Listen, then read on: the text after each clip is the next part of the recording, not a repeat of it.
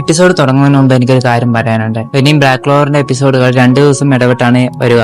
അതുകൊണ്ട് അതുവരെ കാത്തിരിക്കുക. ഇനി നമുക്ക് എപ്പിസോഡിലേക്ക് കിടക്കാം. എപ്പിസോഡിന്റെ തുടക്കത്തിൽ ഗോൾഡൻ ടോണിലെ ഒരുത്തൻ യൂനോയോട് അവന്റെ പേര് ചോദിക്കുകയാണ്. എന്നിട്ട് അവന്റെ പേര് ലൗസ് ലൂണസ് എന്ന് പറയുന്നു. നീ റോയലും അല്ല നോബിളും അല്ല, നീ സാധാരണ ഒരു മനുഷ്യനാണ്. ക്യാപ്റ്റൻ വെഞ്ചസ് എന്ത് നോക്കിയിട്ടാണ് നിന്നെ പോലെ ഒരുത്തനെ കയറ്റിയത്? ഇക്കാര്യത്തിൽ അഹങ്കരിക്കേണ്ട, എല്ലാ ക്യാപ്റ്റന്മാരും നിനക്ക് വേണ്ടി കൈ ഉയർത്തിയെന്ന് വെച്ചിട്ട് അത് ഒരു എക്സാം ആയിരുന്നു. യൂനോ പറയുന്നു, നിങ്ങൾ പേടിക്കണ്ട, ഞാൻ എന്നെ പ്രൂവ് ചെയ്ത് കാണിക്കും. അടുത്ത സീനിൽ ആസ്ത പിന്നെ അതിന്റെ ഉള്ളിലോട്ട് പോകുന്നതായിട്ട് കാണിക്കുന്നു. അവന്റെ നേരെ പിന്നെ ഫയർബോൾ വന്നുകൊണ്ടിരിക്കുന്നു. നമുക്ക് കാണാൻ സാധിക്കുന്നു ബ്ലാക്ക് ക്ലോവറിന്റെ ഹെഡ് ക്വാർട്ടേഴ്സിൽ 2 പേര് ഫൈറ്റ് ചെയ്യുന്നതായിട്ട്. ബാക്കിയുള്ളവർ അവരവരുടെ കാര്യങ്ങൾ ചെയ്തുകൊണ്ടിരിക്കുന്നു. ആസ്ത പറയുന്നു, ഇത് ഭയങ്കര അപകടമാണല്ലോ. ആസ്ത പറയുന്നു, ഞാൻ ഹേജി വില്ലേജിൽ നിന്നാണ് വരുന്നത്. ഒരു ദിവസം ഞാൻ വിസാഡ് കിങ് ആകും. അവൻ അത്ര പറഞ്ഞിട്ട് ഒരാൾ പോലും അവനെ ശ്രദ്ധിക്കുന്നില്ല. അവിടെ ഇരിക്കുന്ന ഒരു പെണ്ണ് പറയുന്നു, ഞാൻ ഒരിക്കലും വയസ്സായ ആളുടെ ഡ്രിങ്ക്സ് കുടിക്കൂല.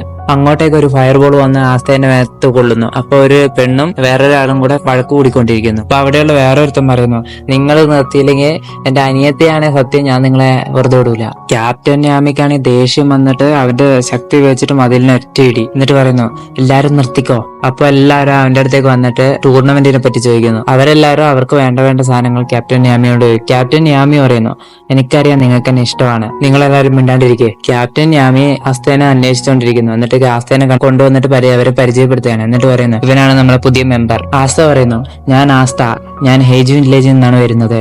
നിങ്ങളെല്ലാരെയും കണ്ടതിൽ എനിക്ക് സന്തോഷമുണ്ട്. ഫിൻഡ്രൽ പറയുന്നു, ഇതാണ് ഗോർഡൻ അഗ്രിഫ. ഇവനെ കണ്ട ഒരു ഇതുപോലെ ഉണ്ടാകും, പക്ഷെ ഇവൻ പാവമാണ്. രണ്ടാമത്തെ ആളാണ് വെനേസ ഹെറാഡ്രിക്ക. ഇവള് മദ്യപിച്ചു കഴിഞ്ഞാൽ പിന്നെ വഴക്കുണ്ടാക്കിക്കൊണ്ടേയിരിക്കും. ഇപ്പൊ വെനേസ പറയുന്നു, ഇനി ചെറിയ വില്ലേജിൽ നിന്നും മാജിക് നൈറ്റ് ചേർന്നോ, എനിക്ക് സ്പെഷ്യൽ ഡ്രിങ്ക് തരേണ്ട സമയമായി. ആസ്ത പറയുന്നു, ഞാനത് അക്സെപ്റ്റ് ചെയ്യില്ല, ഞാൻ സിസ്റ്റർ ലില്ലിയാണ് ഇഷ്ടപ്പെടുന്നത്. ഫിൻഡ്രൽ പറയുന്നു, അടുത്തയാളാണ് ലെഗ് വോൾട്ടിയ. ഇവൻ എപ്പോഴും ഫൈറ്റ് ചെയ്യേണ്ട കാര്യം മാത്രമേ പറഞ്ഞുകൊണ്ടിരിക്കുകയുള്ളൂ. ആസ്താനെ കണ്ടപ്പോഴേ അവൻ പറയുന്നു, നമുക്ക് ഫൈറ്റ് ചെയ്യാന്ന്. വേറൊരു പേഴ്സൺ അവന്റെ ഒരു ഫോട്ടോ കാണിച്ചിട്ട് പറയാണ്, ഈ പെൺകുട്ടിന്റെ അടുത്ത് നിന്ന് മാറിയുന്നോ, ഇവളുടെ അടുത്ത് ചെന്നാലേ അങ്ങനെ കൊന്നാളെ. ഫിൻഡ്രൽ പറയുന്നു, ഇവന്റെ പേരാണ് ഗോഷ് അഗ്ലി. അടുത്ത ഇവളുടെ പേരാണ് ചാമിങ് ബെപ്പിസൺ.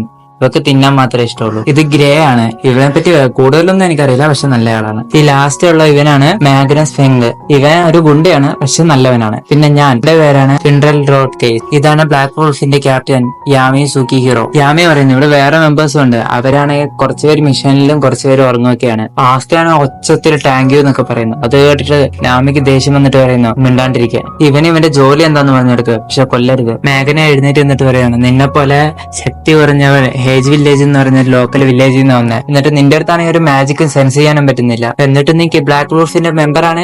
നീ എന്ത് മാജിക് ചെയ്തിട്ടാണ് യാമീന്റെ മനസ്സ് മാറ്റിയെടുത്തത്? ബ്ലാക്ക് വോൾഫിന്റെ ഈ കോട്ട് നിനക്ക് കിട്ടണമെങ്കിൽ നിനക്കത് യോഗ്യതയുണ്ടെന്ന് ഞങ്ങളെ തെളിയിക്കണം. ആസ്തിക്കാണ് അത് കണ്ടിട്ട് ഭയങ്കര എക്സൈറ്റ് ആവുകയാണ്. മേഘന പറയുന്നു, നമുക്ക് നോക്കാം നീ എത്ര യോഗ്യതയുള്ളവനാണ് ബ്ലാക്ക് വോൾഫിൽ ചേരാനെന്ന്. അവരെല്ലാരും പുറത്തു വരുന്നു.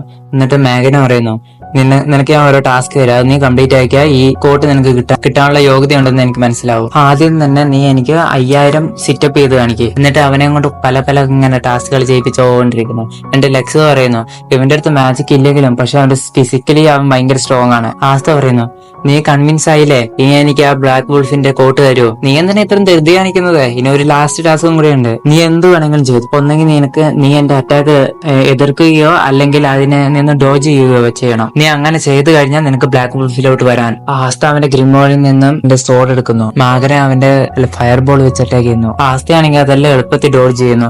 അത് കണ്ടിട്ട് മാഗനായി കൂടുതൽ ശക്തി എടുത്ത് ഒരു ഫയർബോൾ അവന്റെ നേരെ വിടുന്നു. ആസ്തയാണെങ്കിൽ അവന്റെ മനസ്സും മസിലും എല്ലാം കൂടെ യോജിപ്പിച്ച് ചിന്തിക്കുമ്പോൾ അവനത് മുറിച്ചു കളഞ്ഞാലും അതിന്റെ ഓരോരോ ഭാഗങ്ങൾ അവന്റെ മേത്ത് കൊള്ളാൻ സാധ്യതയുണ്ട്.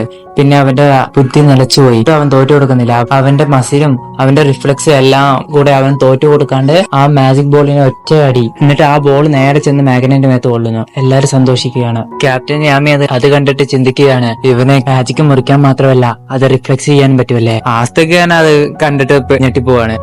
അവന്റെ സോഡും വെച്ച് ഇതൊക്കെ ചെയ്യാൻ പറ്റുമെന്ന് അവന് വിശ്വസിക്കാൻ പറ്റുന്നില്ല. അയ്യോ, ഞാനെന്താ ചെയ്തേ? ഇനി അവനെ കൊല്ലുകയും ചെയ്തില്ലല്ലോ ഈ അറ്റാക്കും വെച്ചിട്ട്. മാഗ്ന പറയുന്നു, നീ എന്താണ് ചെയ്തത്?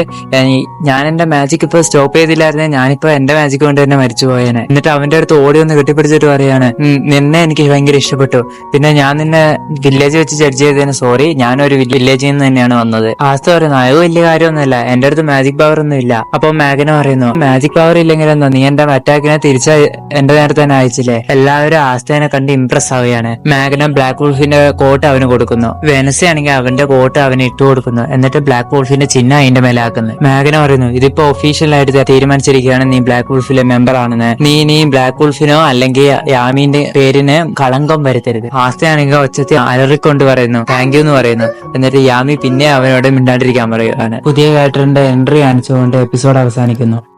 ചാനൽ സബ്സ്ക്രൈബ് ചെയ്യാത്ത കൂട്ടുകാരുണ്ടെങ്കിൽ തുടർന്ന് ഇതേപോലെയുള്ള വീഡിയോകൾക്ക് വേണ്ടി ചാനൽ സബ്സ്ക്രൈബ് ചെയ്യുക.